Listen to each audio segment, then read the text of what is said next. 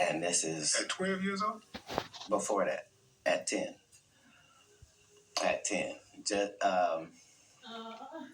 Just because that's what I was allowed to do. And I'm a hustler by nature. Like if I get a hold of a lick, I want to see how many times it flips, not if it flips. You know what I mean? So once I'm gone from there, I'm trying my hand at other things, door to door, and I had already made $1 million before I was 18, doing door to door across the country. So I had already tested out what were the positive things about me and how I could use that to my advantage economically um, from an early age. Is it true that you emancipated yourself from your parents at 13? Because I read that somewhere.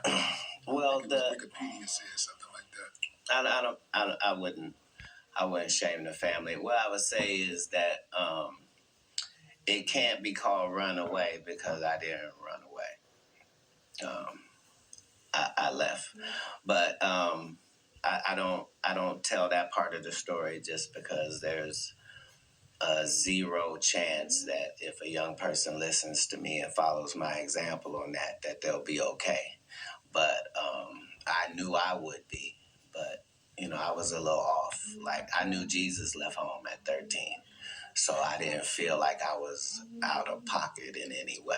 Wait a minute. Are you saying that at 13 years old you was cognizant of the story of Jesus leaving home at 13 years old?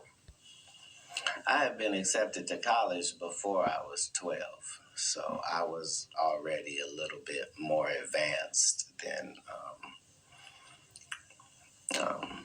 your average child. I had probably read 10,000 books at that period in my life. So I was blessed in that way. But as you know, you can't really just live on that.